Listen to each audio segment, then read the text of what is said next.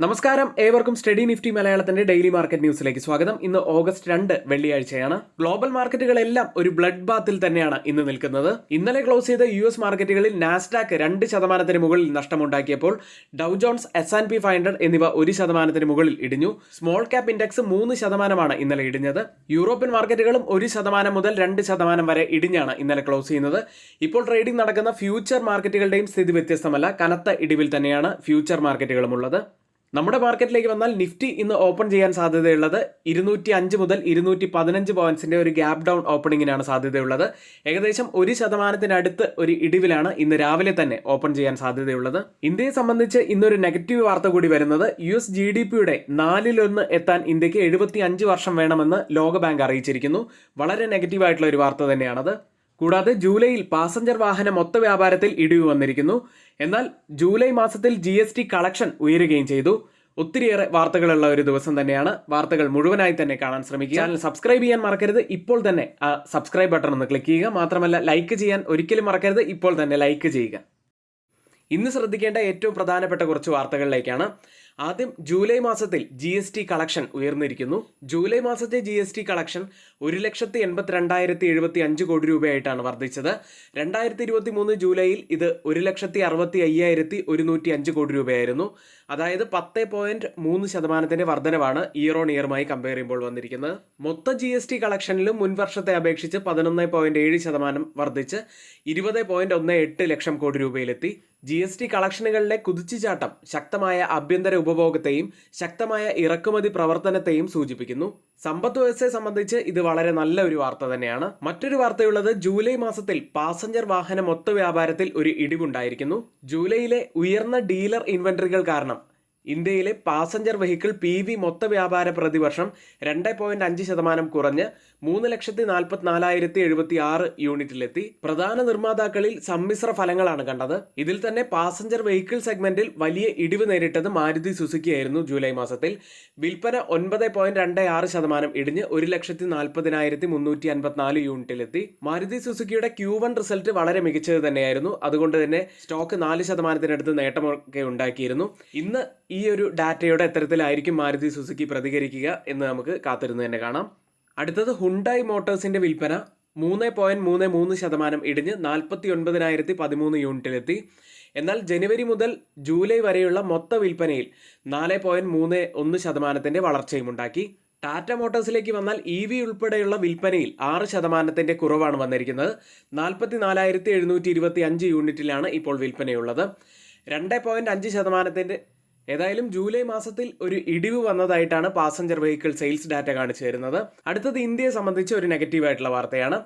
ലോകബാങ്ക് US GDPയുടെ 4/1 എത്താൻ ഇന്ത്യക്ക് 75 വർഷം വേണം എന്ന് പറഞ്ഞിരിക്കുന്നു. നിലവിലെ വളർച്ചാ നിരക്കിൽ US GDPയുടെ 4/1 എത്താൻ ഇന്ത്യക്ക് 75 വർഷം എടുക്കും എന്നാണ് പറഞ്ഞിരിക്കുന്നത്. 2047 വികസിത രാജ്യമാവുകയെന്ന ഇന്ത്യയുടെ ലക്ഷ്യത്തിന് ഇത് വെല്ലുവിളിയെ ഉയർത്തുകയും ചെയ്യും. ഏതായാലും ഇത് ഇന്ത്യയെ സംബന്ധിച്ച് ഒരു നെഗറ്റീവായിട്ടുള്ള വാർത്ത തന്നെയാണ്. അടുത്തതായി ചില പ്രധാനപ്പെട്ട കമ്പനികളുടെ Q1 റിസൾട്ടുകളിലേക്കാണ്. ആദ്യം ടാറ്റ മോട്ടോഴ്സ്. ഇയർ ഓൺ ഇയറിൽ 74% വർധനവാണ് നെറ്റ് പ്രോഫിറ്റിൽ രേഖപ്പെടുത്തിയിരിക്കുന്നത്. 5,566 കോടി രൂപയാണ് നെറ്റ് പ്രോഫിറ്റ് ആയി രേഖപ്പെടുത്തിയത്. റവന്യൂ ആയി രേഖപ്പെടുത്തിയിരിക്കുന്നത് 1.08 ലക്ഷം കോടി രൂപയാണ്. അതായത് ഇയർ ഓൺ ഇയറിൽ 6% വർധനവാണ് റവന്യൂവിൽ വന്നിരിക്കുന്നത്. കൊമേഴ്ഷ്യൽ വെഹിക്കിൾ റവന്യൂവിൽ 5% വർധനവ് ഇയർ ഓൺ ഇയറിൽ വന്നിരിക്കുന്നു. എബിറ്റ മാർജിൻസിലും ഒരു ഇംപ്രൂവ്മെന്റ് തന്നെയാണ് കാണുന്നത്. മൊത്തത്തിൽ നല്ല റിസൾട്ട് ആയിട്ട് തന്നെയാണ് ടാറ്റ മോട്ടോഴ്സിന്റെ റിസൾട്ട് നമുക്ക് വിലയിരുത്താൻ കഴിയുന്നത്. പ്രോഫിറ്റ് എസ്റ്റിമേറ്റിനെ ബീറ്റ് ചെയ്യുന്നത് തന്നെയായിരുന്നു. റവന്യൂ മാത്രമാണ് സ്ലൈറ്റ്ലി ഒന്ന് ഡിസപ്പോയിന്റ് ചെയ്യുന്ന തരത്തിൽ വന്നത്. അടുത്തതായി മറ്റൊരു മുൻനിര കമ്പനിയായ അദാനി എന്റർപ്രൈസിന്റെ റിസൾട്ടാണ്. നെറ്റ് പ്രോഫിറ്റ് ആയി രേഖപ്പെടുത്തിയിരിക്കുന്നത് 1,454 കോടി രൂപയാണ്. അതായത് 116% വർധനവാണ് ഇയർ ഓൺ ഇയറുമായി കമ്പയർ ചെയ്യുമ്പോൾ നെറ്റ് പ്രോഫിറ്റിൽ വന്നിരിക്കുന്നത്. റവന്യൂ ഫ്രം ഓപ്പറേഷൻസിൽ 12% വർധനവ് ഇയർ ഓൺ ഇയറിൽ വന്നിരിക്കുന്നു. 25,472 കോടി രൂപയിലാണ് റവന്യൂ ഉള്ളത്. അടുത്തതായി സൊമാറ്റോയുടെ റിസൾട്ടാണ്. കമ്പനി നെറ്റ് പ്രോഫിറ്റായി രേഖപ്പെടുത്തിയിരിക്കുന്നത് 253 കോടി രൂപയാണ്. കഴിഞ്ഞ വർഷം ഇതേ കാലയളവിൽ വെറും 2 കോടി രൂപ മാത്രമായിരുന്നു കമ്പനിയുടെ ലാഭം ഉണ്ടായിരുന്നത്. റവന്യൂ ഫ്രം ഓപ്പറേഷൻസിൽ 74% വർധനവാണ് കാണുന്നത്. ഈ ക്വാർട്ടറിൽ വളരെ നല്ല റിസൾട്ട് തന്നെയാണ് സൊമാറ്റോയും കൊണ്ടുവന്നത്. അടുത്തത് ITCയുടെ റിസൾട്ടാണ്. നെറ്റ് പ്രോഫിറ്റായി രേഖപ്പെടുത്തിയിരിക്കുന്നത് 4917 കോടി രൂപയാണ്. അതായത് ഇയർ ഓൺ ഇയറുമായി കമ്പയർ ചെയ്യുമ്പോൾ 0.3% മാത്രം വർധനവാണ് വന്നിരിക്കുന്നത്. റവന്യൂവിൽ 7% വർധനവാണ് ഇയർ ഓൺ ഇയറുമായി കമ്പയർ ചെയ്യുമ്പോൾ വന്നിരിക്കുന്നത്. മാർക്കറ്റിന്റെ എക്സ്പെക്ടേഷനെ ബീറ്റ് ചെയ്യുന്ന ഒരു റിസൾട്ട് അല്ല ITCയുടെ ഭാഗത്ത് നിന്നും വന്നത്. അടുത്തത് കല്യാൺ ജ്വല്ലേഴ്സിന്റെ റിസൾട്ടാണ്. നെറ്റ് പ്രോഫിറ്റായി രേഖപ്പെടുത്തിയിരിക്കുന്നത് 177.8 കോടി രൂപയാണ്. അതായത് 23.6% വർധനവ്. റവന്യൂവിൽ 26.5% വർധനവും വന്നിരിക്കുന്നു. 5535.5 കോടി രൂപയിലാണ് ഇപ്പോൾ റവന്യൂ ഉള്ളത്. മറ്റൊരു വാർത്തയുള്ളത് ഇൻഫോസിസുമായി ബന്ധപ്പെട്ടതാണ്. ഇന്നലെ ഒരു ടാക്സ് നോട്ടീസ് കർണാടക ഗവൺമെന്റിന്റെ ഭാഗത്തു നിന്നും ഇൻഫോസിസിന് ലഭിച്ചിരുന്നു. 32,000 കോടി രൂപയുടെ അടുത്തുള്ള ഒരു ലെറ്റർ ആയിരുന്നു അത്. ഇന്നലെ കർണാടക ഗവൺമെന്റ് പിൻവലിച്ചതായുള്ള ഒരു അറിയിപ്പ് കൂടി ലഭിച്ചിരിക്കുന്നു. ഇത് ഇൻഫോസിസിന് പോസിറ്റീവായിട്ടുള്ള ഒരു വാർത്തയാണ്. ഇന്ന് റിസൾട്ട് വരുന്ന പ്രധാനപ്പെട്ട കുറച്ച് കമ്പനികൾ നമുക്കൊന്ന് നോക്കാം. ബാക്കിയുള്ള എല്ലാ കമ്പനികളുടെ ലിസ്റ്റും നമ്മൾ സ്ക്രീനിൽ കൊടുക്കുന്നുണ്ട്. Dalmia Bharat sugar, Delhivery, Hindustan zinc, Infibeam avenues, Kirloskar brothers, LIC housing finance, MedPlus health services, Titan, Tamilnadu mercantile bank തുടങ്ങിയ കമ്പനികളുടെ റിസൾട്ടുകളാണ് ഇന്ന് പുറത്തു വരുന്നത്. ഇന്ന് F&O സെഗ്മെന്റിൽ ബാനായ സ്റ്റോക്കുകൾ B soft, GNFC, granules, India cements, India mart, RBL bank തുടങ്ങിയവയാണ്. ഇനി പതിവ് പോലെ നമ്മുടെ ലൈവ് സെഷൻ സ്റ്റാർട്ട് ചെയ്യുന്നത് രാവിലെ 11 മണിയോടുകൂടിയാണ്. 11 മണി മുതൽ 3:30 വരെ യൂട്യൂബ് ലൈവ് ഉണ്ടായിരിക്കും. നമ്മുടെ സ്റ്റുഡൻസിന് ആർക്കെങ്കിലും ലൈവ് കാണാൻ സാധിക്കുന്നില്ല എങ്കിൽ വിഷമിക്കേണ്ട കാര്യമില്ല. തൊട്ടുമുകളിൽ നമ്മളിവിടെ ഒരു വാട്സപ്പ് നമ്പർ നൽകിയിട്ടുണ്ട്. ആ നമ്പറിൽ മെസ്സേജ് അയച്ചതിന് ശേഷം നിങ്ങൾക്ക് ഞങ്ങളുടെ എഡ്യൂക്കേഷൻ ടെലഗ്രാം ചാനലിൽ ജോയിൻ ചെയ്യാവുന്നതാണ്. ഇന്നലത്തെ മാർക്കറ്റ് ഹൈലൈറ്റ്സിലേക്ക്. നിഫ്റ്റി ഇത് ആദ്യമായി 25,000 എന്ന സൈക്കോളജിക്കൽ മാർക്ക് ക്രോസ് ചെയ്തിരിക്കുന്നു. നിഫ്റ്റി ബാങ്കാണ് ഇന്നലെ അണ്ടർ പെർഫോം ചെയ്തത്. PSU പവർ റിലേറ്റഡ് ആയ സ്റ്റോക്കുകൾ ഇന്നലെ ഉയർന്നു. മിഡ് ക്യാപ്പ് ഇൻഡെക്സ് ആണ് ഇന്നലെ ഇടിവിലേക്ക് പോയത്. ഇന്നലെ പ്രീ മാർക്കറ്റിൽ നമ്മൾ പറഞ്ഞതുപോലെ ടാക്സ് നോട്ടീസിനെ തുടർന്ന് ഇൻഫോസിസ് 1% ഇടിഞ്ഞു. നിഫ്റ്റിയിൽ HDFC, റിലയൻസ് എന്നിവ നേട്ടമുണ്ടാക്കി.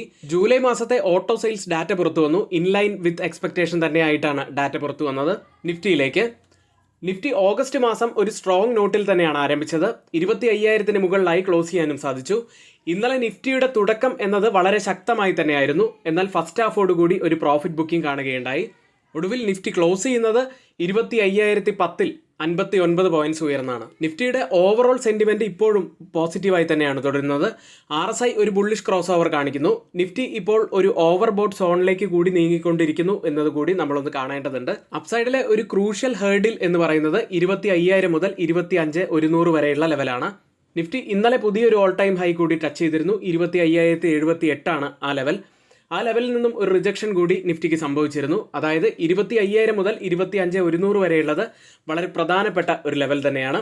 ഇത് ക്രോസ് ചെയ്തില്ലെങ്കിൽ ചെറിയ മൈനർ ഡിപ്സ് ഒക്കെ നമുക്ക് പ്രതീക്ഷിക്കാവുന്നതാണ്. നിഫ്റ്റിയെ സംബന്ധിച്ച് ഡൗൺ സൈഡിൽ പ്രധാനപ്പെട്ട ഒരു സപ്പോർട്ട് ആവാൻ സാധ്യതയുള്ളത് 24,750 നിഫ്റ്റിയുടെ ഡെയിലി ക്യാൻഡിൽ പരിശോധിക്കാം. ഒരു സ്പിന്നിംഗ് ടോപ്പിന് സമാനമായ ക്യാൻഡിലാണ് ഡെയിലി ചാർട്ടിൽ ഫോം ആയിരിക്കുന്നത്. ഒരു ഇൻഡിസിഷൻ ആണ് ഈ ക്യാൻഡിൽ സൂചിപ്പിക്കുന്നത്. മാക്സിമം ഓപ്പൺ ഇൻട്രസ്റ്റ് രേഖപ്പെടുത്തിയ കോൾ സൈഡിലെയും പുട്ട് സൈഡിലെയും സ്ട്രൈക്കുകൾ 26,000-ലാണ് കൂടുതൽ ഓപ്പൺ ഇൻട്രസ്റ്റ് രേഖപ്പെടുത്തിയിരിക്കുന്ന ആദ്യത്തെ സ്ട്രൈക്ക് ഉള്ളത്. അതിനുശേഷം 25,000 സ്ട്രൈക്കും അതിനുശേഷം 25,500 സ്ട്രൈക്കിലുമാണ്.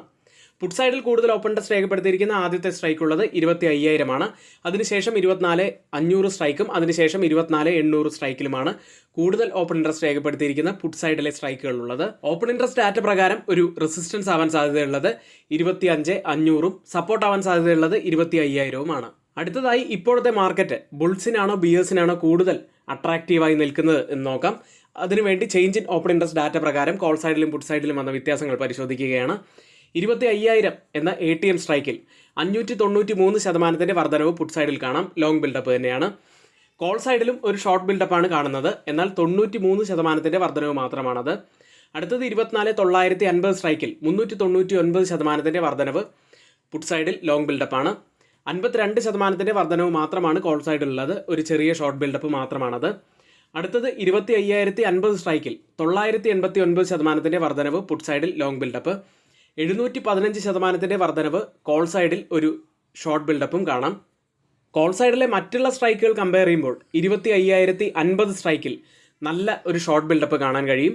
എന്നിരുന്നാലും പുട്ട് സൈഡ് തന്നെയാണ് നല്ല സ്ട്രോങ് ആയി നിൽക്കുന്നത്. ഇപ്പോഴത്തെ മാർക്കറ്റ് എന്തായാലും ബുൾസിനെ സപ്പോർട്ട് ചെയ്തുകൊണ്ട് തന്നെയാണ് നിൽക്കുന്നത് എന്നതിലൂടെ നമുക്ക് വിലയിരുത്താനും കഴിയും. ബാങ്ക് നിഫ്റ്റിയിലേക്ക് 51,564-ൽ 10 പോയിന്റ്സ് മാത്രം ഉയർന്നാണ് ബാങ്ക് നിഫ്റ്റി ഇന്നലെ ക്ലോസ് ചെയ്യുന്നത്. ബാങ്ക് നിഫ്റ്റിയെ സംബന്ധിച്ച് അപ്സൈഡിലുള്ള 51,710 വളരെ പ്രധാനപ്പെട്ട 21 EMA ഉള്ള ലെവലാണ്. അതുകൊണ്ട് തന്നെ അത് ആണ് ആദ്യം ബാങ്ക് നിഫ്റ്റി ബ്രേക്ക് ചെയ്യേണ്ടത്. കൂടാതെ ഡൗൺ സൈഡിൽ 51,000 മുതൽ 51,200 വരെയുള്ളത് പ്രധാനപ്പെട്ട ലെവൽ തന്നെയാണ്. കാരണം 50-day EMA ഉള്ളത് ആ ലെവലിലാണ്. മാക്സിമം ഓപ്പൺ ഇൻട്രസ്റ്റ് രേഖപ്പെടുത്തിയ കോൾ സൈഡിലെയും പുട്ട് സൈഡിലെയും സ്ട്രൈക്കുകൾ. കോൾ സൈഡിൽ 52,000-ലാണ് കൂടുതൽ ഓപ്പൺ ഇൻട്രസ്റ്റ് രേഖപ്പെടുത്തിയിരിക്കുന്ന ആദ്യത്തെ സ്ട്രൈക്ക് ഉള്ളത്. അതിനുശേഷം 53,000 സ്ട്രൈക്കും അതിനുശേഷം 52,500 സ്ട്രൈക്കിലുമാണ്. പുട്ട് സൈഡിൽ കൂടുതൽ ഓപ്പൺ ഇൻട്രസ്റ്റ് രേഖപ്പെടുത്തിയിരിക്കുന്ന ആദ്യത്തെ സ്ട്രൈക്ക് ഉള്ളത് 51,500, അതിനുശേഷം 50,000 സ്ട്രൈക്ക്, അതിനുശേഷം 51,000 സ്ട്രൈക്ക്. ഓപ്പൺ ഇൻട്രസ്റ്റ് ഡാറ്റ പ്രകാരം റെസിസ്റ്റൻസ് ആവാൻ സാധ്യതയുള്ളത് 52,000-ഉം സപ്പോർട്ട് ആവാൻ സാധ്യതയുള്ളത് 51,500-ഉമാണ്. ഇന്ത്യ വിക്സിലേക്ക് 12.93-ൽ 2.42% ഇന്ത്യ വിക്സ് ഇന്നലെ ഇടിഞ്ഞത്. ഗ്ലോബൽ മാർക്കറ്റ് സെഗ്മെന്റിൽ FIDA ആക്ടിവിറ്റിയാണ്. FIS ഇന്നലെ ഓഗസ്റ്റ് 1-ന് ഒരു ബൈയിങ്ങിലേക്ക് തിരികെ വന്നു. 2,089 കോടി രൂപയ്ക്കാണ് അവർ ബൈ ചെയ്തത്. DIs ആവട്ടെ 337 കോടി രൂപയ്ക്ക് സെല്ല് ചെയ്യുകയും ചെയ്തു. US മാർക്കറ്റിലേക്ക്. US വിപണി ഓഗസ്റ്റ് മാസം ആരംഭിക്കുന്നത് കനത്ത സെൽ ഓഫിലാണ്. മെറ്റയുടെ ക്വാർട്ടർലി റിസൾട്ടുകൾക്ക് പിന്നാലെ തുടക്കത്തിൽ ഉയർന്ന വിപണി പിന്നീട് ഇൻസ്റ്റിറ്റ്യൂട്ട് ഫോർ സപ്ലൈ മാനേജ്മെന്റിൽ നിന്നുള്ള ഉൽപാദന പ്രവർത്തനത്തിന്റെ ഡാറ്റ പുറത്തു വന്നതോടെ ഇടിയുകയുണ്ടായി. ISM 8 മാസത്തെ താഴ്ന്ന നിലയായ 46.8-ലേക്ക് ജൂലൈ മാസത്തിൽ ഇടിഞ്ഞു. ഇത് ഇൻവെസ്റ്റേഴ്സിനിടയിൽ നിരക്ക് കുറയ്ക്കുന്നതിൽ ഫെഡറൽ ബാങ്ക് പിന്നോട്ട് പോകുമോ എന്ന ആശങ്കയുണ്ടാക്കി. ഇതുകൊണ്ട് തന്നെ ഇന്നലെ ഡൗ ജോൺസ് 1.21% ഇടിഞ്ഞു. S&P 500 1.37% ഇടിഞ്ഞു. നാസ്ഡാക്ക് ആണ് വലിയ നഷ്ടം രേഖപ്പെടുത്തിയത്. 2.3% ഇടിഞ്ഞത്. ഇതിലും വലിയ നഷ്ടമായിരുന്നു സ്മോൾ ക്യാപ് സെഗ്മെന്റിൽ നമ്മൾ കണ്ടത്. റസൽ 2000 ഏകദേശം 3% മുകളിൽ ഇടിഞ്ഞു. ഫെബ്രുവരി 2013 ശേഷമുള്ള ഒരു സിംഗിൾ ഡേയിലെ വേസ്റ്റ് ഫോളായിരുന്നു ഇന്നലെ റസൽ 2000-ൽ കണ്ടത്. മറ്റൊരു ഡാറ്റ കഴിഞ്ഞ ആഴ്ച കൂടുതൽ അമേരിക്കക്കാർ തൊഴിലില്ലായ്മ ആനുകൂല്യങ്ങൾക്കായി അപേക്ഷിച്ചതായി ഡാറ്റ വെളിപ്പെടുത്തി. ഇത് 11 മാസത്തെ ഏറ്റവും ഉയർന്ന നിലയിലെത്തി. സീസണൽ ഘടകങ്ങൾ വർധനവിനെ സ്വാധീനിച്ചിട്ടുണ്ടെങ്കിലും തൊഴിൽ വിപണി ദുർബലമാകുന്നു എന്നാണ് ഈ ഡാറ്റ സൂചിപ്പിക്കുന്നത്. ഇന്ന് പുറത്തു വരാനിരിക്കുന്ന ഗവൺമെന്റ് പേറോൾ റിപ്പോർട്ട് തന്നെയാണ് പ്രധാനപ്പെട്ടത്. സ്റ്റോക്കുകളിലേക്ക് വന്നാൽ ഇന്നലെ മെഗാ ക്യാപ് സ്റ്റോക്കുകൾ തന്നെയാണ് വലിയ ഇടിവിലേക്ക് പോയത്. ആപ്പിൾ 1.68% ഇടിഞ്ഞു. ആമസോൺ 1.56% ഇടിഞ്ഞു. എൻവിദിയ 6.7% നഷ്ടവും രേഖപ്പെടുത്തി. മോശം പെർഫോമൻസ് നടത്തിയ സെക്ടറുകൾ നോക്കുകയാണെങ്കിൽ ടെക് സെക്ടർ തന്നെയാണ് ആദ്യത്തേത്. പിന്നീട് കൺസ്യൂമർ ഡിസ്ക്രിപ്ഷണറി സെക്ടറും ഇന്നലെ നഷ്ടമുണ്ടാക്കിയതിലുണ്ട്. US ലിസ്റ്റ് ചെയ്ത ഇന്ത്യൻ കമ്പനികളുടെ പ്രകടനത്തിലേക്കാണ്. ഇൻഫോസിസിൽ ഇന്നലെ ഒരു തിരിച്ചുവരവ് കണ്ടു. ഇൻഫോസിസ് 0.77% ഉയർന്നാണ് ഇന്നലെ ക്ലോസ് ചെയ്യുന്നത്. വിപ്രോ 0.97% ഇടിഞ്ഞു. ബാങ്കിംഗ് സൈഡിൽ ICICI ബാങ്ക് 1.10% ഇടിഞ്ഞപ്പോൾ HDFC ബാങ്ക് 0.83% നേട്ടമുണ്ടാക്കി. ഡോക്ടർ റെഡ്ഡി 1.5% നേട്ടമുണ്ടാക്കി. റിലയൻസ് ഇൻഡസ്ട്രീസ് 0.30% നേട്ടത്തിലും ഇന്നലെ ക്ലോസ് ചെയ്തു. ഇപ്പോൾ ട്രേഡിംഗ് നടക്കുന്ന US മാർക്കറ്റിന്റെ ഫ്യൂച്ചേഴ്സ് കനത്ത ഇടിവിൽ തന്നെയാണ്. ആദ്യം ഡൗ ജോൺസ് 0.39% ഇടിവിലാണ്. S&P 500 0.47% ഇടിവിലും ഇപ്പോൾ ട്രേഡ് ചെയ്യുന്നു. യൂറോപ്യൻ മാർക്കറ്റിലേക്ക്. ഇന്നലെ ക്ലോസ് ചെയ്ത യൂറോപ്യൻ മാർക്കറ്റുകളും കനത്ത ഇടിവിൽ തന്നെയായിരുന്നു. UK മാർക്കറ്റ് FTSE ഇന്നലെ ക്ലോസ് ചെയ്യുന്നത് 1% മുകളിൽ ഇടിവിലാണ്. ഡാക്സ് ജർമ്മൻ മാർക്കറ്റ് 2.30% ഇടിവിലും ഫ്രാൻസ് മാർക്കറ്റ് CAC 2.14% ഇടിവിലുമാണ് ഇന്നലെ ക്ലോസ് ചെയ്യുന്നത്. സ്റ്റോക്ക് 600 1.29% ഇടിവിലും ഇന്നലെ ക്ലോസ് ചെയ്തു. യൂറോപ്പിൽ കനത്ത നഷ്ടമുണ്ടാക്കിയത് ഇന്നലെ ബാങ്കിംഗ് സെക്ടറായിരുന്നു. 4.48% ഇടിഞ്ഞത്. യൂറോപ്പിൽ ബാങ്ക് ഓഫ് ഇംഗ്ലണ്ട് പലിശ നിരക്ക് കുറയ്ക്കുന്നതായി പ്രഖ്യാപിച്ചു. പ്രധാന നിരക്ക് 16 വർഷത്തെ ഏറ്റവും ഉയർന്ന നിരക്കായ 5.25-ൽ നിന്ന് 5% കുറച്ചു. 4 ഭൂരിപക്ഷത്തോടെ മോണിറ്ററി പോളിസി കമ്മിറ്റി വെട്ടിക്കുറയ്ക്കലിന് വോട്ട് ചെയ്തതായി ബാങ്ക് ഓഫ് ഇംഗ്ലണ്ട് അറിയിച്ചു. ഇപ്പോൾ ട്രേഡിംഗ് നടക്കുന്ന യൂറോപ്യൻ മാർക്കറ്റിന്റെ ഫ്യൂച്ചേഴ്സും ഇടിവിൽ തന്നെയാണ്. ഡാക്സ് 0.32% ഇടിവിൽ, CAC 0.38% ഇടിവിൽ, FTSE 0.24% ഇടിവിലും ട്രേഡ് ചെയ്യുന്നു. അടുത്തതായി ഇപ്പോൾ ട്രേഡിംഗ് നടത്തുന്ന ഏഷ്യൻ മാർക്കറ്റുകളിലേക്കാണ്. ആദ്യം ഗിഫ്റ്റ് നിഫ്റ്റി ഉള്ളത് 24,821-ൽ വലിയ നഷ്ടത്തിൽ തന്നെയാണ് ഇപ്പോൾ ട്രേഡ് ചെയ്യുന്നത്. 0.93% ഇടിവിൽ, 234 പോയിന്റ്സ് ഡൗൺ സൈഡിലാണ് ഇപ്പോൾ ട്രേഡ് ചെയ്യുന്നത്. ഇപ്പോൾ സമയം 7 മണി കഴിഞ്ഞ് 5 മിനിറ്റാണ്. ഇപ്പോഴത്തെ ഈ ഒരു നില വെച്ച് നിഫ്റ്റിയിൽ നമുക്കൊരു 210 മുതൽ 220 പോയിന്റ്സിന്റെ ഒരു ഗ്യാപ് ഡൗൺ ഓപ്പണിങ്ങിനാണ് സാധ്യതയുള്ളത്. ഇതിലും വലിയ നഷ്ടം തന്നെയാണ് ജപ്പാൻ മാർക്കറ്റ് നിക്കി ഇപ്പോൾ നേരിട്ടുകൊണ്ടിരിക്കുന്നത്. 4.5% ഇടിവിലാണ് ഇപ്പോൾ മാർക്കറ്റ് ഉള്ളത്. മറ്റുള്ള എല്ലാ മാർക്കറ്റുകളും കനത്ത ഇടിവിൽ തന്നെയാണ്. ഏകദേശം 2.5% ഇടിവിലാണ് തായ്വാൻ, കോസ്പി മാർക്കറ്റുകൾ എന്നിവയുള്ളത്. ഹോങ്കോങ് മാർക്കറ്റ് ഇപ്പോൾ 1.5% ഇടിവിലും ട്രേഡ് ചെയ്യുന്നു. ഓയിൽ പ്രൈസുകൾ. US സമ്പദ് വ്യവസ്ഥയെക്കുറിച്ചുള്ള ഉത്കണ്ഠകൾ മിഡിൽ ഈസ്റ്റിലെ പിരിമുറുക്കങ്ങളെ മറികടക്കുന്നതിനാൽ ഇന്നലെ ക്രൂഡ് ഓയിൽ 2% ഇടിവ് നേരിട്ടു. ബ്രന്റ് ഫ്യൂച്ചേഴ്സ് ഇപ്പോൾ ഉള്ളത് $79.95 പെർ ബാരൽ എന്ന നിലയിൽ 0.15% ഇടിവിൽ ട്രേഡ് ചെയ്യുന്നു. WTI ഉള്ളത് $76.75 പെർ ബാരൽ എന്ന നിലയിൽ 0.63% നേട്ടത്തിലാണ് ട്രേഡ് ചെയ്യുന്നത്. ഇന്നത്തെ ഏറ്റവും പ്രധാനപ്പെട്ട കുറച്ച് നമ്മൾ അറിയേണ്ട വാർത്തകളാണ് ഇവിടെ ഷെയർ ചെയ്തിരിക്കുന്നത്. ഇന്ന് നമ്മൾ എടുത്തിരിക്കുന്ന വാർത്തകളെല്ലാം ഏറ്റവും ഓതറൈസ്ഡ് ആയിട്ടുള്ള സൈറ്റുകളായ Moneycontrol, Mint, Reuters, CNBC, Financial Express തുടങ്ങിയ മാധ്യമങ്ങളിൽ നിന്നാണ്. മറ്റുള്ളവയെല്ലാം നമ്മുടെ വ്യൂസ് മാത്രമാണ്. ഇത് ഒരിക്കലും ഒരു റെക്കമെൻഡേഷൻ ആയിട്ട് ആരും തന്നെ എടുക്കരുത്. എങ്കിൽ ഇന്നത്തെ വീഡിയോ ഇവിടെ പൂർത്തിയാവുന്നു. ഏവർക്കും നന്ദി.